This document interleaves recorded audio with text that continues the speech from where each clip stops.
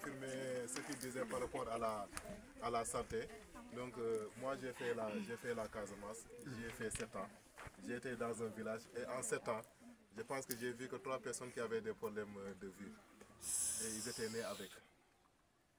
Je voyais des parents ou bien des grands-parents qui avaient pratiquement 98 ans et qui ne portaient pas de lunettes, qui lisaient le Coran comme ça, qui lisaient n'importe quel document. 98 ans. Des gens qui jusqu'à la mort n'ont jamais porté de lunettes, n'ont jamais eu de problème de vue. Pourquoi? Parce qu'en Casamance, dans chaque maison, il y a au moins 5 manguiers, des citronniers à côté. Comment dire, des orangers, etc. Et les jardins sont juste à côté des maisons. On plantait des bissap dans les maisons, près des cases et juste aux alentours des maisons. Des cases. Donc, à chaque fois qu'on se levait, on marchait sur la verdure. Et il y avait de très grands arbres. Et des gens prenaient l'initiative de planter. J'en avais parlé aux élèves de la 5e. Un vieux avait planté pratiquement plus de 200 arbres, plus de 200 manguiers. À lui seul, 200 manguiers. Et il les a entretenus pendant presque 20 ans. Il est décédé à laisser pratiquement une forêt sur pratiquement 1 km. Donc remplie de manguiers. Et l'honneur revient à qui? Tout l'honneur lui. Donc prenons la peine de planter des arbres. C'est bon pour la santé. C'est bon pour la santé, c'est bon pour les yeux et c'est bon aussi pour les poumons. Quand on respire de l'air pur, machallah, on a les poumons qui sont purifiés. Et quand les poumons sont purifiés, là on a un cœur qui bat trop fort. Et quand le cœur bat trop fort, on a une bonne espérance de vie. C'est à l'origine de la première démarche jusqu'à l'obtention de ce mini-forage. Et comme nous l'avons dit, ab dëkk soo si nekkee rek da ngay liggéeyal dëkk bi. Liggéeyal dëkk bi nag c'est sur 3 aspects. Soit on le fait financièrement, da ngay yore sa xaalis nga def wala nga jël sa xam-xam nga def wala aussi ngay gërëm ñiy def yaa que c'est 3 parce que on le fait dañ ne tàccu sax si xeex la bokk tàccu si xeex la bokk parce que sooy tàccu rek tu encourages quelqu'un donc yaa ngi sot voilà donc si on ne peut pas mettre notre argent, on ne peut pas donner la connaissance, au moins qu'on puisse remercier ceux qui prennent l'initiative de faire. Donc ça les permet, ça les exauce à faire encore mieux. Donc, du coup, ñaanal aussi gudd fan ak wér. Di ñaan aussi que après projet bi aussi, mu mun ñu démarcher aussi d'autres projets, parce que tout ça c'est dans le cadre de l'éducation, c'est le cadre de l'école, et c'est dans le cadre aussi du développement de l'école de Dimat. Si l'école de Dimat se développe, ce sera grâce aux enfants de Dimat. Donc lu si waay mën def rek. Salam si. Dennagal enɗam salminama fof yaccani hay goto e ñaago Allah tabaraka wa taala ɗum ɗo ko ari men yallah waɗan en ɗum ɓamtare mbeɗa yetta Allah nelaɗum mbeɗa yetta dental ngal fof mbeɗa yetta kadi Bohar Diallo e Mamadou oɗo kañumen tintinima habar o haali Allah ñimɗe darde mum tawi ko Allah ɓiɓɓi dimannaɓe kamɓe fof koɓe acteur uji goto fof heddo hon yaari tan mbeɗa haala moon gueɗel gotel kala ko neɗɗo dañi e aduna sa daña ndiyam ala ko dañɗa min nehimi koye Afrique centrale e ɗo mi jibini mbaɗami he alluwal gonmi janngude ha mawnum jangimi Qouran jangimi sharia ummitimi directement kuccinko toon mawnum e nder Côte d'Ivoire leyɗele mabɓe ɗe daɗirani valeur e leyɗele men ɗe sana ndiyam koɓe toɓeteɓe fodde lebbi sappo sa yi kala ɗo mbawɗa arde ala awde lekki Allah fuɗnat leɗɗe tan pour ndiyam so tawi a yi nokku couleur on wayi sa woni e nder mabɓe sa ummitima toon aɗa arga hayso ka mawɗo kellifaɗo ma yiɓe mbattuma puusde ya way kono adunaji ɗi gona gotum serni ɗum tan ko ndiyam ko kañum woni ngaalu kañum woni valeur min mbeɗen asi ɗo boyli ɗiɗi mbaɗmi hen ko pompe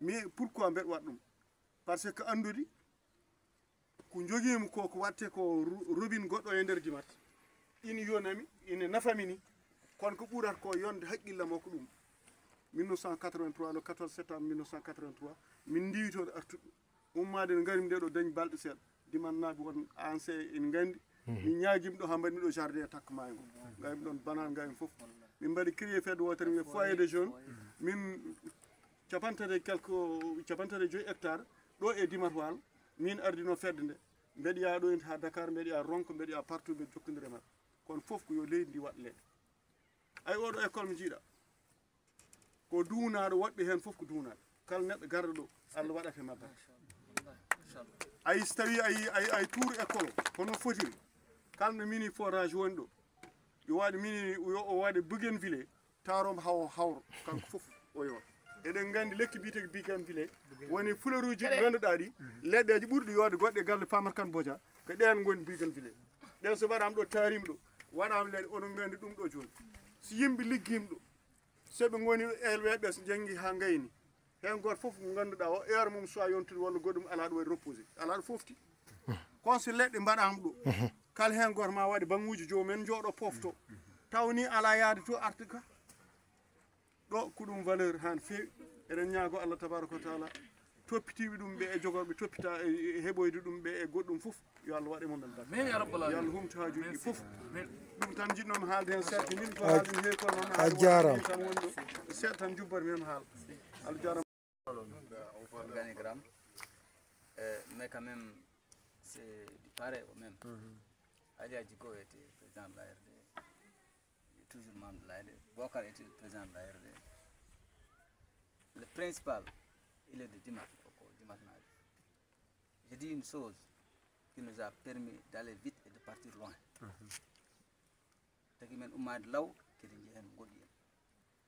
depuis qu'Alia était président de l'ARD il avait cette ambition il n'avait pas de collaborateurs qui lui permettent effectivement de réaliser ça.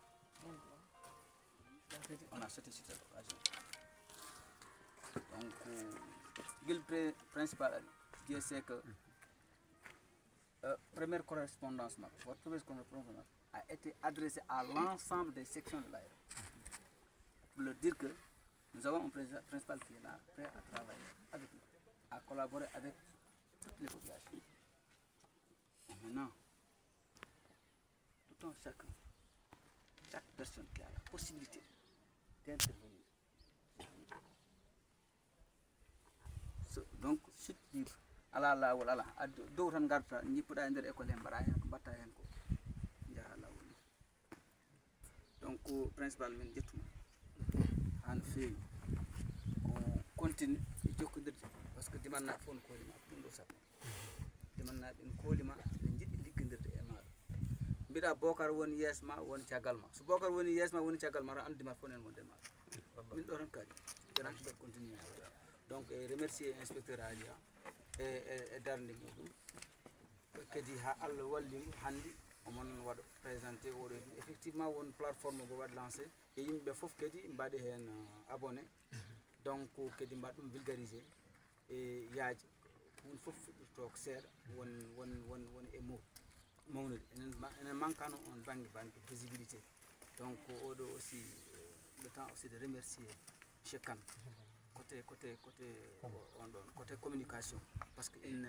manque démarqué ɗen waɗi tan ko mbiyana ha kala ken mbaɗiren sib Allah tan mbaɗen less mais wonɗo tolnoto wonko ganduɗa il faut communication kadi yaade hen imam min duwanto juuɗi balɗe par ce que hay goto haalantama haala lekki an donc farbo chef village voilà wonɓeɓe foof et les techniciens aussi un jeune entrepreneur min kadi o jafro yaade hen seeɗa bon je suis pour l'école une entreprise cuklel ngel ko jangata ko nder classe entre les 4 murs sa yalti holɗo naftortoɗa ɗum ko ɗum nafata donc il faut à chaque fois kala ko janguɗa nder école o sa hoti galle mon kolla nene ma e baba ma min noon ko janggannon ko ɗum ɗo ɗum nafata puɗɗirɗe e mini forage suko ari c'est de l'eau pure hein ndemɗam ala hay goto détergent haydara ala ko waɗa hen que pour ndem c'est de l'eau naturel vous l'avez le matériau ko onon jeeyi toppiɗɗe koɗe mon foof yo tinne reeno bonande waasi hen wonde kala mon jiiɗo ɓom lekki yo adda o école on yaaji ara tan mbiya hoto nga waɗi mbiyaɗa awɗo élève fof dañi lekki élève fof so dañi lekki e école e wiɗata leɗɗe donc mbaɗon un jardin nder école mon onon élève ɓe tinnuɗe nandidiro keɗon ɗon jangguino mon ɓe ɗoftoɗon gonon less maɓɓe mbaɗon tinniɗe on baŋnge ɗe batti neddi ɗo kala haala ko jignaɗo haala ɗe batti neddi min jiiɗi kala minen jignaɓe ɓe kala komin nani e moɗon taw ko needi e jangde ndiyam ari ha nder ɓokkol moɗon ɗon ala yeten caɗele wonɓe gaaɓe ina joni min kaɓe mbaɗata ko kadi ina yoni min wonɓe gaaɓe ina joni min koɓe mbatta ko ina yoni min wadde jokke golle on jarama mi salmini dental ngal diɗorno fuɗɗorade imam et chef de village les collègues les parents la jeunesse les élèves hay goto woppa jomin nande nouvelle oɗo minen e koye min weltare jagge min par ce que hunde ganduɗa nde jiiɗano ɗo ko ɓooyi ndiyam ɗam ko incontournable robinet enen e nder école o kono noon ene heewi gañon waji ɓe kaalim refta hen processus dewaɗo aussi ha ɗum ɗo daña ɓen kadi jette fuɗɗirade aliya woni yiɓɓen gandi aliya mais aliya caggal jibneɗo ɗo juuɗe men mine aliya minen gonno chambre goto ɗumin goni collège Podor suudu wotere min gonno hamin jeehi min goppimo ɗo donc kala ganduɗo aliya aussi minen ɓe sikki ɗon komin gandi guila on saaha noon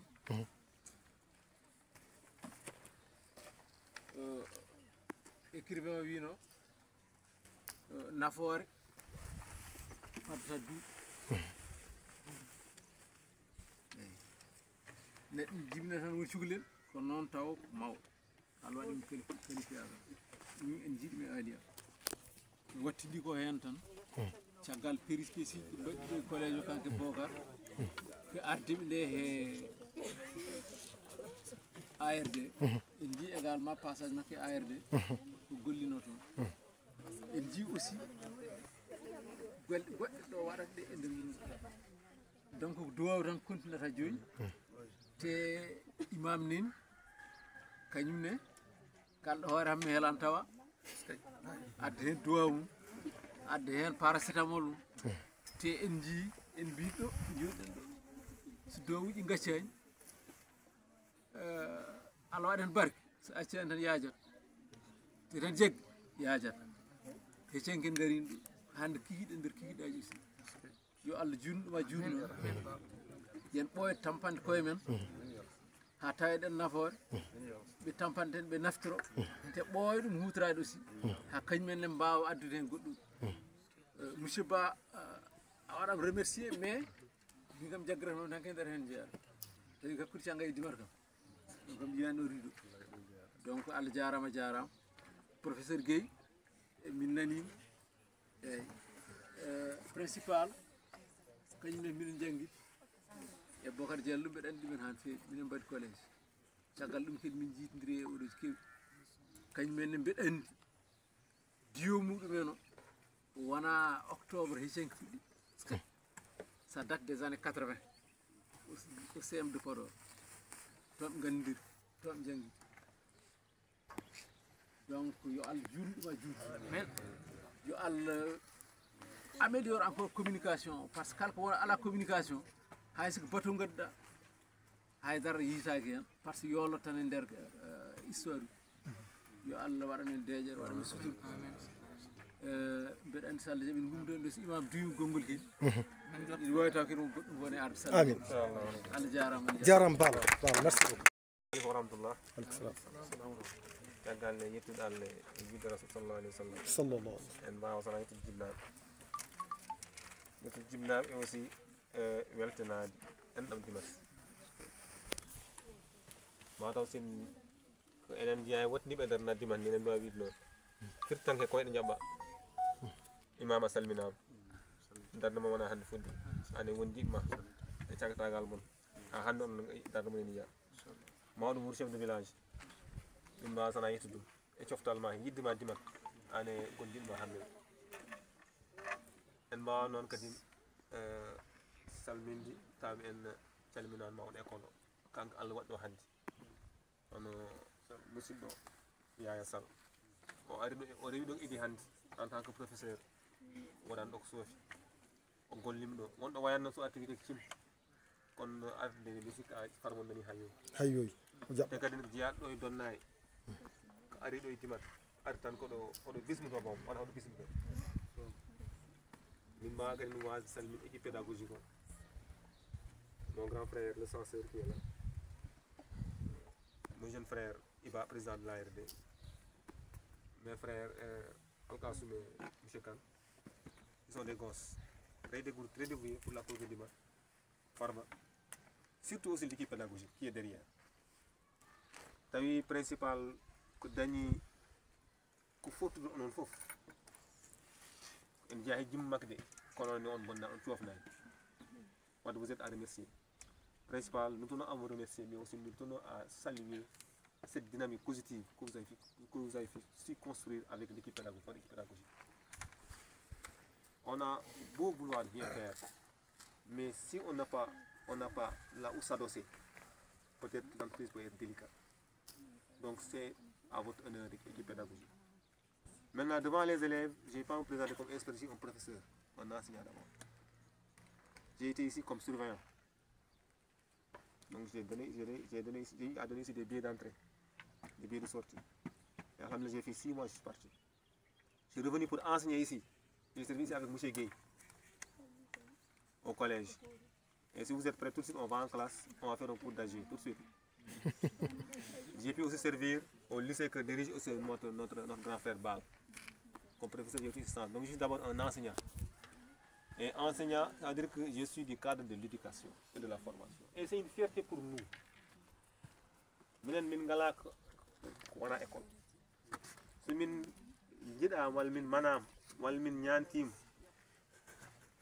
wal min kewi yeesi giti yimɓe rek ko tawde e meccal min ngol ngal Allah sabbin arsugo ke e école min ngala ko wona école min gona maçongoɓe min gona ouvrier min gona aso boyil komin jannginoɓe tan gona inspecteur no gona principal yo gona professeur ka jannginowo rek et on est fiers de ça. Nous sommes fiers de notre métier. Cette fierté là nous habitera jusqu'à notre tombe. Et par rapport à ce projet là, je sais que c'est un projet qui a été nourri pendant des années et des années, mais à tout seigneur tout honneur Allah waɗi kanka Allah arzigin o hawre hunde tabit. Comme ce projet là on l'a mené depuis des années et on a été séduit aussi et admiratif du projet d'école porté par le principal et son pédagogique quand il s'est ouvert à nous. Et même on a monté le projet, on avait une volonté qui s'était exprimée, une bonne volonté qui avait émis l'idée de financer. Finalement ça n'a pas abouti. Et quand j'ai été à Dakar au mois de février, au début du mois de février, pour une visite technique de mon véhicule, et une fois dans ma chambre, l'idée m'est venue, comme je savais que le principal tenait à avoir ce mini forage là, pour d'une part soulager les élèves par rapport à la corvée d'eau matinale, surtout pendant les heures froides, pendant les heures chaudes. À la fin, au collège et au lycée, les élèves sont contraints parfois de sortir de l'école pour acheter de l'eau. Et ça joue sur le quantum horaire. Et Dieu sait que si on a un temps d'apprentissage assez suffisant, ça peut jouer sur les rendements des élèves. Et quand j'étais à Dakar, avec le retard qu'a connu le projet, je me suis dit, mais pourquoi pas? L'idée m'est venue de lancer une association. Sur mon livre, donc, attends, traduit en acte cette idée-là. Et j'ai ouvert une page Facebook, je me suis dit, donc, on va faire acte, je l'ai renommé Act Now for the Future. L'anglicisme m'excuse de mon terme. Act Now for the Future. J'ai lancé ça tout de suite. Et j'ai recueilli des likes. Les gens ont liké. Et les gens ont adhéré. On m'a interpellé, mais votre projet là, ça tient à quoi? Il dit, ah, c'est une association que j'ai réfléchi, j'ai dit, cette idée là, je vais la lancer, je vais voir ce que ça va donner. Et Dieu a fait qu'on m'a contacté pour me dire que, quel est votre projet? Il dit que le projet le plus urgent, l'une des priorités aujourd'hui, c'est de forer un mini forage au sein du Dimat. Et le financement n'est pas tellement lourd, bien sûr, même un franc est lourd. On m'a demandé le devis, j'ai présenté le devis. Et automatiquement, on m'a dit, je vais financer. Le devis là, on peut les illustrer et le jardin est un support pédagogique qui permet encore d'aller au-delà de nos cours théoriques, d'aller à l'expérimentation. L'élève lui-même, il éprouve ce qu'on l'a enseigné en classe à travers du concret. Et c'est tout le sens qu'on vous donne à ce mini-forage-là. Et on vous invite, élèves, nous tous, moi qui étais là, il y a quelques années, je suis parti. Mais je demande, tôt ou tard, les profs vont partir, l'école va rester. Pour dire que c'est un bien commun. C'est un bien commun et nous nous devons de le préserver. Nous nous devons de garantir, d'assurer la sécurité de ce mini-forage. Ce n'est pas seulement un mini-forage pour le collège, c'est à la fois pour le collège et pour le lycée. L'eau est vitale, l'eau est source de vie. Et Inch'Allah, on sait compter sur vous. Et je vais vous dire que je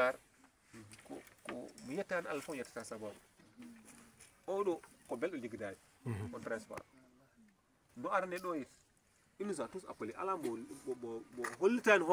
C'est lui qui, quand il a un esprit positif. Quand il t'ouvre, les gens ont le courage de venir vers. Nous avons terminé le projet avec Bokar, bien sûr. Bokar, vraiment, on a travaillé ensemble des années et des années. Quelqu'un qui aime Dimat. À chaque fois, quand nous avons des avec Dimat, alors personne n'a atteint Dimat. Je me rappelle en 2008. Nous tous, on a servi à l'école primaire. Nous avons 2009, 2010, nous deux, on nous arrête ensemble. Même bien, on nous a dit qu'on nous a punis, quoi. Les gens ne comprenaient pas. On l'a affecté à Diagnum, il faisait la distance Diagnum à pied.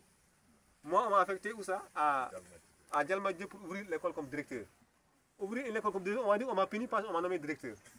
Lui, on l'a affecté à Diagnum. Et tellement nous aussi, on avait mal dans notre peau.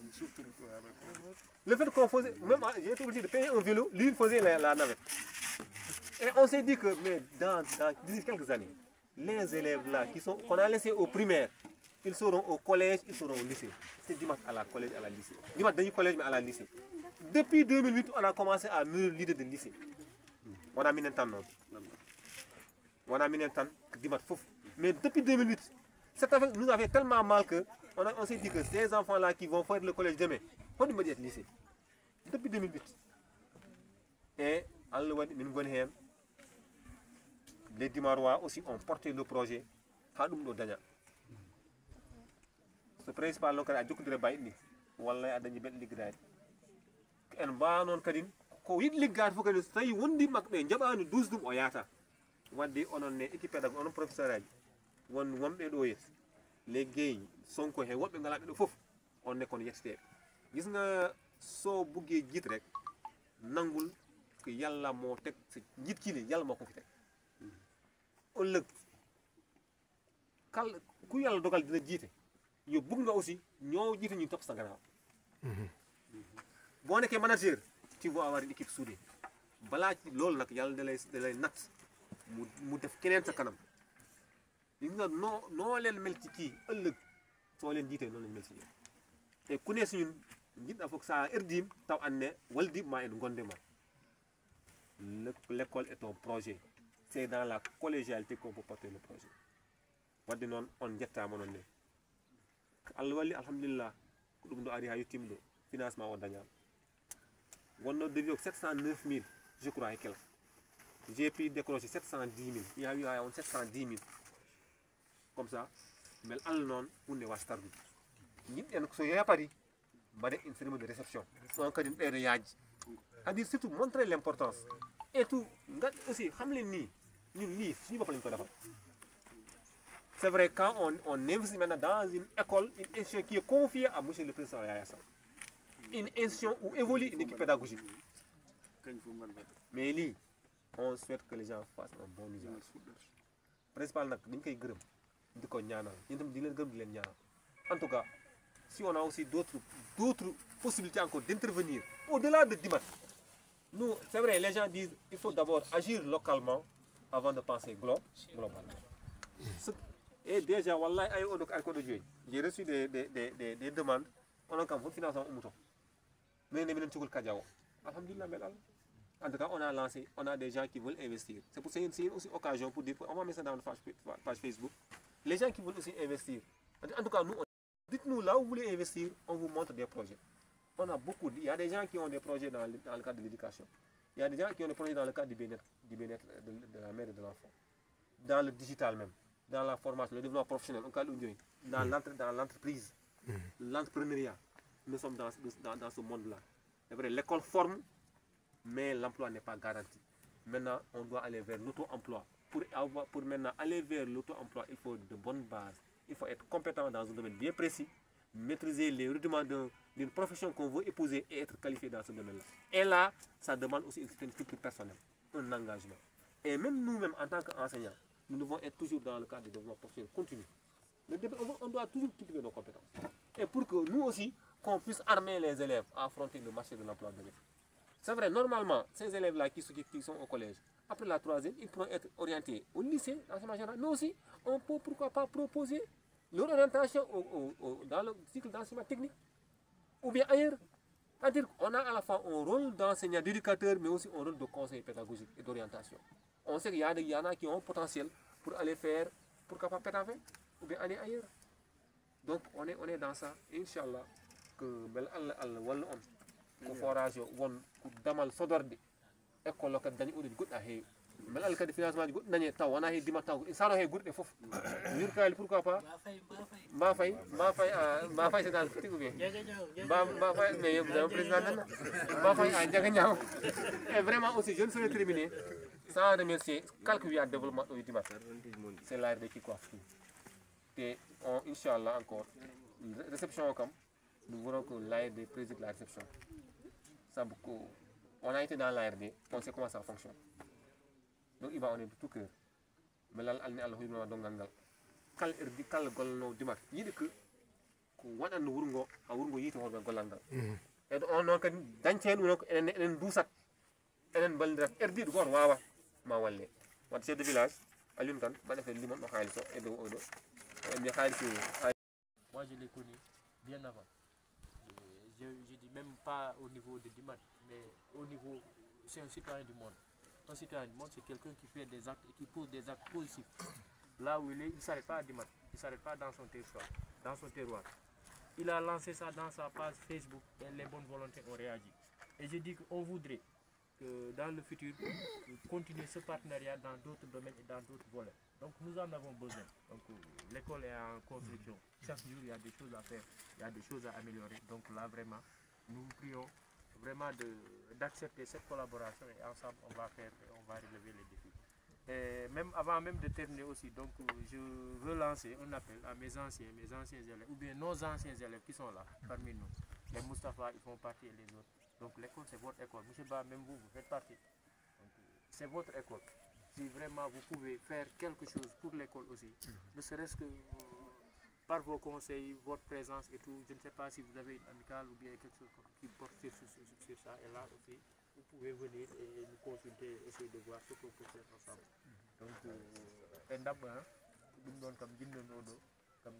vraiment, ndudiren kadi duwonɗen kadi wadde ɓe Allah ne wawi taw ko ɗum ɓural Allah ne wawi taw goɗɗum ko ɓurɗum wadde fayida kadi jogor RTS ari ma en naftor ɓesgu men ma naftor sukaɓe men e ko jogor arde fof Allah jarama on jarama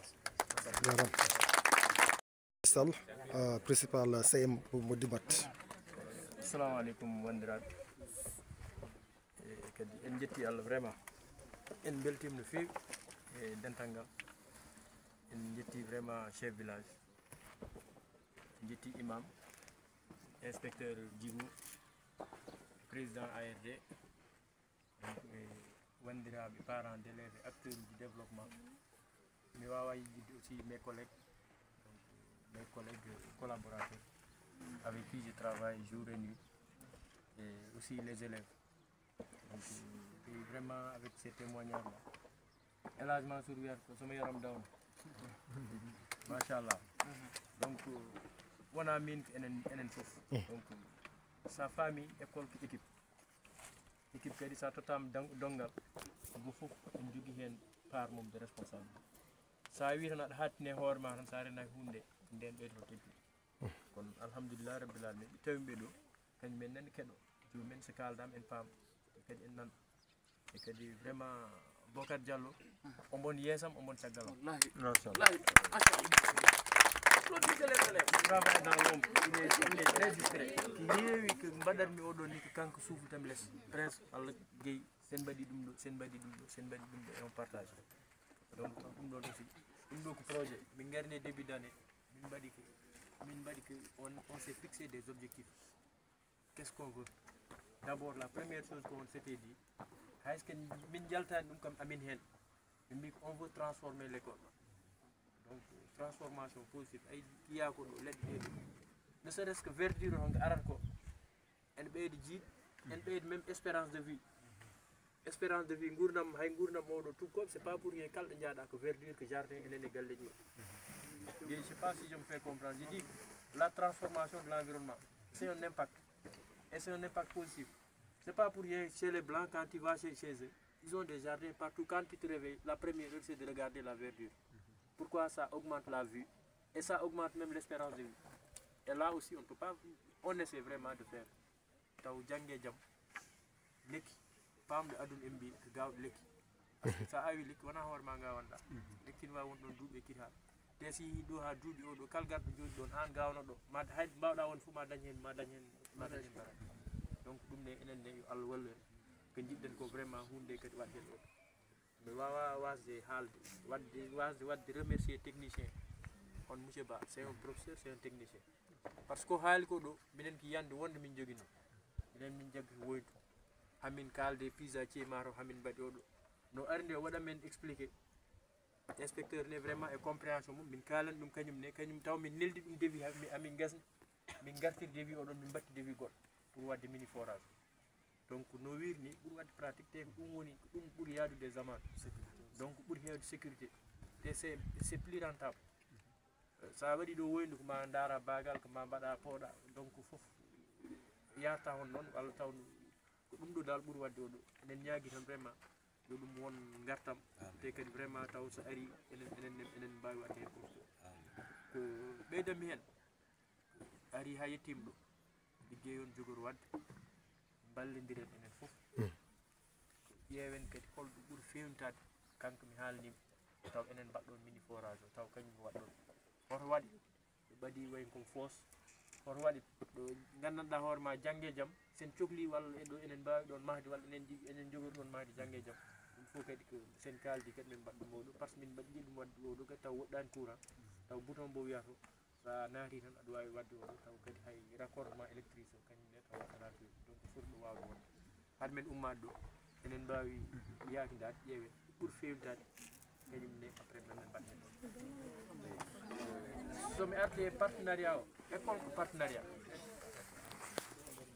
ko yahata koye école e ko fewata koye école ko heewi hen laamu waɗi ko foti ko wadde jii joni place uji gonɗi ɗo en sañi hen ko laamu waɗi ko heewi hen ko partenariat donc ko koreji men ko kañum men jahata min mbaɗa lijjanti partenaire uji o fof hay ko démarche hay ko jahata ko e nder oɗo fonctionnement o kañum ɗe ko noon donc minen ne inspecteur amin ñaaguima tan ɗum ɗo ko début mais amin jiiɗi wadde collaboré e moon ɗum ɗo ko min mbaɗi lancé ɗum ɗo ari Allah ne wawi taw won goɗɗum min jogori yidde min jogori wadde lancé ɗum ne kadi partenaire uji woɓɓe ɓe liggotoɗaɓe kañum men ne so jii ɗum taw ne ɓeydo hen noon donc lui c'est un inspecteur c'est un acteur de développement. Je ne sais pas l'habitude de parler en public, mais je suis obligé aujourd'hui. Ok, donc je tiens à remercier le principal. Je ne vais pas me répéter. Parce que ce que je voulais dire, parce que le président du gouvernement scolaire l'a dit, l'utilité des mini-forages. Donc le principal, depuis qu'il est venu ici, il ne cesse de ménager aucun effort pour faire des démarches pour la bonne marche de l'école. On a vu beaucoup de choses. On aurait dit avoir le mini-forage depuis longtemps. Parce qu'il y a eu des financements qui sont passés par ici, qui pouvaient financer le mini-forage. Donc on a cessé de donner des suggestions, parce que l'eau, c'est une source de vie et c'est très importante pour une école. Mais malheureusement, on n'a pas eu cela. Mais le principal, lui, il a le sens de l'écoute. Il écoute tout le monde, il consulte tout le monde. Et à chaque fois qu'il met en place quelque chose, il consulte tout le monde avant même d'exécuter. Donc le principal avait fait un devis, c'est un puits. Donc quand on voit le puits, le travail du puits, ça a tourné autour de 600 000 de poussière. Donc en tant que spécialiste, parce que nous avons une entreprise qui travaille dans la zone, qui a creusé pas mal de mini-forages ici, Tchangaï, Fanaï, etc. Donc je lui ai exigé un mini-forage. Parce que le temps d'exécution est minime par rapport au puits. C'était jeune, par exemple, ça va faire une année. Il y a des gens qui vont prendre l'argent, ils vont te faire courir pendant une année, tu ne vas pas avoir ton eau. Maintenant, je lui ai dit que tu vas faire un mini-forage, un délai de 3 jours, maximum 3 jours dans les normes, s'il n'y a pas la présence de pierres. Donc en 3 jours, le mini-forage est prêt, l'eau sort. Donc quand je l'ai exigé, il m'a demandé un devis. Comme si l'école, donc j'ai regardé le devis du puits, j'ai fait une réduction par rapport même au devis du puits, alors que le mini-forage coûte plus cher. Donc puisque je suis un professeur à l'école, donc moi aussi j'ai apporté ma participation.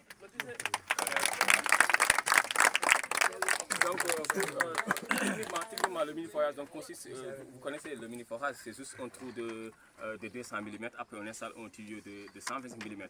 Donc en plus, on a pensé sur la sécurité, parce qu'un puits, pendant le creusage du puits, beaucoup de choses peuvent se passer. Parce qu'un élève peut tomber dans le puits, n'est-ce pas? Donc il y a tout cela, il y a les aléas du puits, c'est pourquoi aussi j'ai exigé au principal le mini-forage. Donc le mini-forage, le temps est record, en plus il y a la sécurité. Personne ne peut tomber dans le mini-forage parce que le trou est tellement petit que si tu mets ton pied, même l'un des pieds, l'autre ne peut pas partir. Donc tu es coincé. Maintenant, le mini-forage, si ça se termine, il y a une pompe immergée qui est à l'intérieur qui fonctionne sur l'électricité. Parce que l'école n'a pas les moyens pour se payer comme adresse du soleil. Et le fonctionnement est très facile. Donc on appuie sur un bouton et l'eau sort. Si on termine, on éteint et c'est fini. Pour l'instant, c'est ça. Merci, M. Ba. Je représente aussi une entreprise donc, dirigée par ma femme quand même. L'entreprise s'appelle Shanghai Drilling and Service. C'est l'entreprise de Madame Ba. Dans l'entreprise, nous avons 4 agents qui sont permanents. D'ailleurs, ils vont venir aujourd'hui pour commencer. Ils sont au sein de l'entreprise, ils travaillent toujours. C'est 4 personnes que Madame Ba paye à chaque du mois ou bien chaque qui quoi. Je tiens à remercier aussi Mohamed Moustapha parce qu'il a eu à nous inviter à Fanaï pendant un séminaire sur l'entrepreneuriat. Et j'invite aux élèves aussi dans l'entrepreneuriat parce que c'est important aussi. Il faut allier les études avec l'entrepreneuriat. Entrepreneuriat, éthique. Merci. Merci Ba. Kongolo ilma dimat Aliou Kane Demba. Bismillah. Yetti Allah do fewi en juuɗe nelaɗo sallallahu alayhi wa sallam. Sallallahu alayhi wa sallam. En calmini principal monsieur Sall. Calmini kadi corps professoral fof. Wonɓe he bureau fof onon fof on calminama. Calmini ko président ARD Iba Diop nonɗo inspecteur Alia éleveur ɓe fof onon fof on calminama. Calmini kadi notable uji arɓe ɗo farba dimat et la jeunesse aussi de dimat et le conseil de dimat wonɓe ɗo fof onon fof on calminama. Comme l'a dit M. Gueye,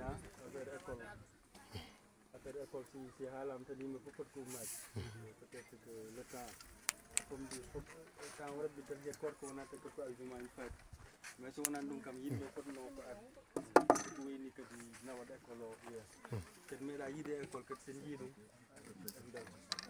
kadi ko caɗele mawɗe keewiɗi yaali pour informatique o ko wayni photocopie len walla ko way man fof manque yimɓe no cawde mais ndiyam kam woni source fof école kam enen gandi ndiyam ene setti ko ɓooyi si ndiyam mum setti so jiiya école ni leɗɗe déraki jardinage ala haydara ara manqueude ndiyam donc sen dañi ɗum noon kam vraiment en jettat Allah en jetten sababu o aussi inspecteur Alia kamɓe ɗo gummi ɗo janggi ɗo ha jelti.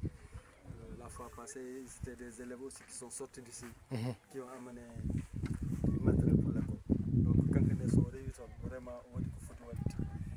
Il y a le jour de l'eau. Amen. Il dit que l'école est parcours qui est à la wadam. Amin, amin. Oui, Rasoul. On a des gardes qui wurno. On a une école. C'est tous les plans qu'on peut dire. Donc, il y a un mal. Addi ko noon ko uttise ari kadi ko wonɓe hen gaddata tokoto principal Sall eɗen gandi kam guila ari vraiment ya beaucoup mi ari ɗo à maintes fois comme ko garim koye saaha makko mi arani ɗumen saaha principal kam ko mbeɗa ɗo waɗede fof ke dow makko presque waɗa donc vraiment on vous encourage aussi et on démarche par ce que sa waɗni ɗum a waɗni hoore ma mais ko enen mbaɗanɗa enen wonɓe wuro vraiment e sukaɓe men enen mbaɗanɗa men ñaatnoma Allah nene vraiment ko jiɗɗa ɗo yettade e carriére ma yo Allah yetta ɗontin hen no fewi si dañama kadi wona en dañi mini forage tan en deɗin toon solaire suppresseur en droit nawde ndemɗam dow pour rendre l' école kam plus gai parce que école no wayni ɗumano on a de l' espace ɗumano yaade ha ɓuuri yodde ɗum sen dañi leɗɗe en dañi des espaces verts tan école o wonat école d' excellence par ce que fittandu won ko yiyat tan fittandu weltot yiɗat ko arde école ñan foof mais sa ari école tawa ɗo désert peut être ma janggude mais kadi fittandu welta mais sa ari école jiiɗa foof ene yooɗi a weltot nadde oɗo école donc ɗum ɗon kadi vous avez contribué à ça donc e inde ɓuurgo ngo foof yallah yettini ɗum yallah fewnu ɗum kadi jogori ɗon jaam jarama on jarama salmini jarama ilma hono Mamadou Seck kanko woni vice président APE o lomto on ambassadeur Aboussi o tawtorama jonde nde au cérémonie de remise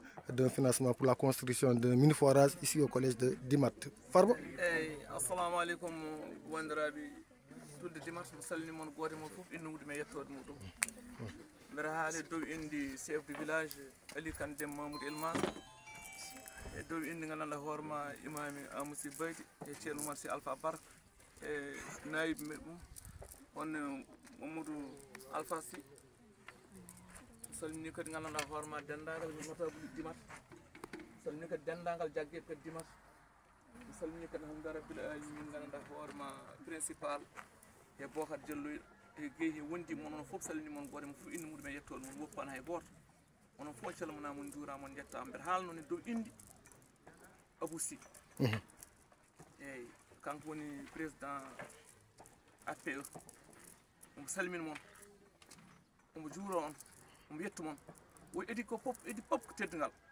o kono ko mawɗo oɗo woni ɗo mawɗo kono ko wonko mawɗo fof o wi mawɗo ha so teddinani ene manque kono onon teddini o kala ko wawɗo kewde alhamdulillah rabbil alamin machallah mottin o principal ma noddum Bocar Diallo ma noddum Guèye ma noddum gaɗa jaɓɓa koye ɗumen ha toon kalnam o hay ɗo joni mbiɗno arde wonno alhamdulillah rabbil alamin andi koto kala wayni tan o ɓuurani suftude no fewi kono noon yo gandi kam o colir gandanɗa hoorema nen dow lekki kono haqqi mo woni ko leydi o haqqi nen kam omo salmini moon omo juuro on omo yetto on kadi alhamdulillah rabbil alamin e aduna ko woni nuujuɓe tan andude neɗɗo sa andi neɗɗo tan a tampani e aliya oɗo alhamdulillah rabbil alamin e ceerno Bocar kadi so welama wi wonde kala ko gandanɗa hoorema ko daña ɗo walla mo suftora ɗo ko alle makko kanko aliya oɗo Bocar Diallo boye Aboussi kadi wonno neɗɗo alhamdulillah rabbil alamin ko neɗɗo tan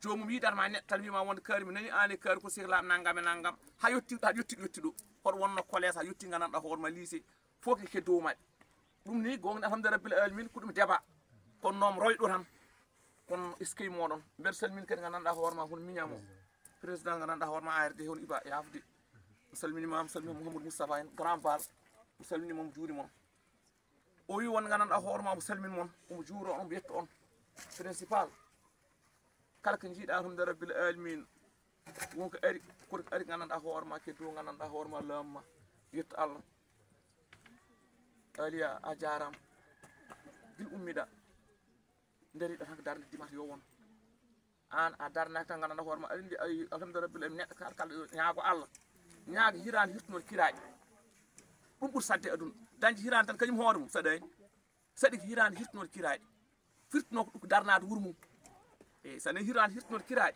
mbeɗa jogui hirandam kono mbiɗi kadi gandanɗa hoorema bandam no en dadi kiraƴe koɗo wawi wonde foof noon woni ko ndemowo o yo dañ ko janggowo o yo dañ ko liggotoɗo yo dañ ɗum noon gandanɗa hoorema nderdi ɗon ɗo yeeti yo allahu yoɓ moƴƴere min de mbiɗa welti noon hek forage o ari ko machallah yalla gandanɗa hoorema kamɓe waɗoɓe ɓe eskey mabɓe kadi rutti kadi ko goɗɗi watti ɗeɗo jolle jooɗi ɗum ɗo wona hande tan jooɗi ɗen ɗo yeeti ko waɗa watti Allah jarama noon eɓe jarama goto foof noon ne jogui kehiɗo muɗum e won kikiɗa jawtuɗo e won kikiɗa jawtuɗo alhamdulillah rabbil alamin kikiɗaji coofani kikiɗaji ganduɗa hoorema mantini Allah jarama kamɓe ne eɓe jarama Allah jarama kadi ñalama hande kadi alhamdulillah rabbil alamin machallah jarama wonande jooɗi ɓe ɗo mi salmimo goto fof donc monsieur Mbaye Gueye kanko woni président Workshop collège mo Dimat.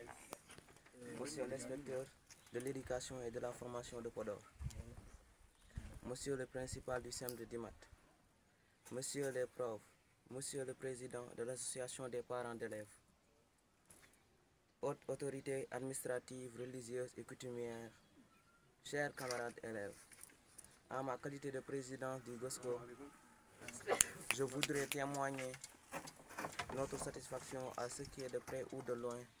N'ont ménagé aucun effort pour l'acquisition d'un mini-forage dans notre collège. Ce bijou fut un rêve qui va se réaliser sous peu. Ainsi, il nous permettra de réaliser plusieurs activités de développement environnemental, de réduire les pertes de temps pour trouver de l'eau ailleurs, de renforcer l'hygiène publique dans notre milieu scolaire. Tous ensemble, lutter contre le manque d'eau, c'est améliorer les conditions d'existence. L'eau est source de vie, avons-nous étudié en SVT. Par conséquent, nous remercions vivement Alia Djigo, IF Inspection de Podor en appui de Dimat. C'est grâce à ces relations que nous avons décroché le financement de ce mini-forage. Toutefois, je ne serai fini sans décerner une mention spéciale aux généreux donateurs. Nous lui resterons reconnaissants et nous prions que sa vie soit un long épanoui. Que Dieu agisse dans ces projets. Chers camarades, nous devons faire un bon usage de cette source d'eau. Nous devons entretenir pour qu'elle serve aux générations futures. Mesdames, mesdemoiselles et messieurs, au nom de toutes les élèves et en mon nom propre, je vous dis merci et votre attention. Merci du fond du cœur. Merci. Il est né que du début à la fin de la cérémonie. Il pouvait faire comme d'autres restés chez lui, mais dans l'école bi jar nak. De ko école jaral dara aussi, man ou bien ñun en tant qu'enseignant dañ lay gërëm di sant parce que jàngale nañu am ku nekk si li ngay yëngut rek ku la si fekk si loolu nga koy gërëm di ko sant. Donc di ko sant di ko gërëm notre cher doyen. Donc on va donner la parole au chef de village. Ñu bàyyi ko mu sànni si ay kàddu tuuti rek balaa ñuy gën a ak santam. di leen wax ñu ngi jégalu aussi si retardement bi 16h30 16h la ñu waxoon. mais comme tey àjjuma la affaire day xaw a xat ba pare aussi ñu nekk si weeru koor xam naa sekkeen yeeg jaween yi xiif sonal leen ñu xaw a kii tuuti donc di gërëm ñëpp si teewlu bi di gërëm chef du village donc on constate que depuis que je suis là à chaque fois qu'il y a cérémonie de remise ou bien de réception il est toujours présent, c'est un fervent acteur donc pour le développement de l'école, le développement de l'éducation au sein de tous les Dimat. Donc di ko gërëm di ko sant si teewaay bi imam aussi xam naa ni ñàkkul ni ak les différents empêchements ak journée nu mu xatee moo tax jote fi teew donc aussi ñu koy gërëm di ko sant donc su amee dara si école rek moom automatiquement day teew. Donc avant de commencer, donc je voudrais lancer des remerciements et des félicitations à l'endroit du principal. Donc c'est quelqu'un qui, depuis qu'il est au sein de Dimat, depuis son arrivée, il ne cesse de ménager aucun effort pour la recherche de partenariat du xool luy jëmal école bi kanam ak luy doxal école Dimat ak éducation dans tous les Dimat mu koy def. Donc récemment on avait vu que jot nañ fa ay imprimante ak photocopieuse moom moo ko lijjanti à travers des partenaires. Tey aussi ñu dajuwaat fii aussi ak initiative bu rafet bi avec l'inspecteur Alia Djigo donc ñu bind fi ay notable bind fi ay borom daraja bind fi ay borom baax ñi nga xam ne tey jii ñoo ñu permettre ñu am financement mini forage donc di ko gërëm di ko sant si teewaay bi bu ko neexoon mu ñëw banque loo xam ni damay liggéey rek dem sa école bi sama yoon nekk aussi mais tout ce qui fait développer l'éducation au sein de Dimat tout ce qui fait donc comment dire tout ce qui permet de réduire le travail des enfants donc sur certains détails moom da ciy taxaw pour école bi gën a jëm si kanam pour suqali école bi il a été là te bu mu ñëwee il a fait le constat que école bi pratiquement mooy loolu mu ne xaaral ma jéem ko relever yóbbu ko niveau bi nga xam ne kenn mosu ko yóbbu foofu donc ñu ngi siy sant di ko si gërëm donc di gërëm aussi l'inspecteur Alia donc lui c'était lui mais du xam waa ji wala aussi du mën a def les démarches nécessaires pour avoir ce mini forage. Donc un grand remerciement à monsieur Alia Djigo, à l'administration, l'ensemble de l'administration, doyen Diallo, machallah, bon, on ne le remerciera jamais assez. Donc il est constamment là, il est constamment aussi pour le développement de l'école. Notre cher doyen, M. Gueye, et l'ensemble des parents d'élèves.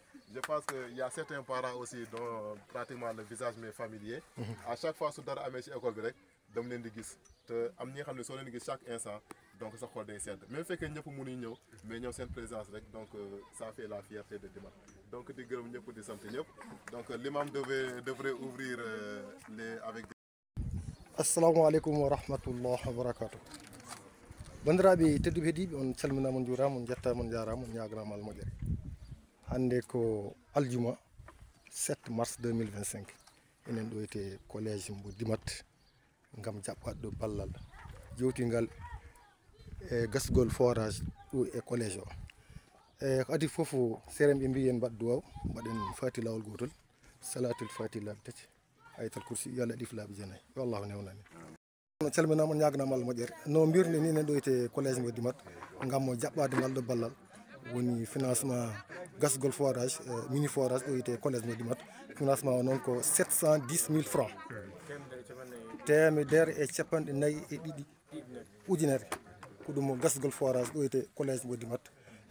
Ummorade inspecteur Alia Djigo wondude principal Yaya Sall e tawtorede mawɗo wuro Elimane Aliou Kandem e imam Cheikh Aboubacar Sy wondude censeur en jejjita aussi e jagge wuro ngo Allah jarama on jarama Allah moƴƴere.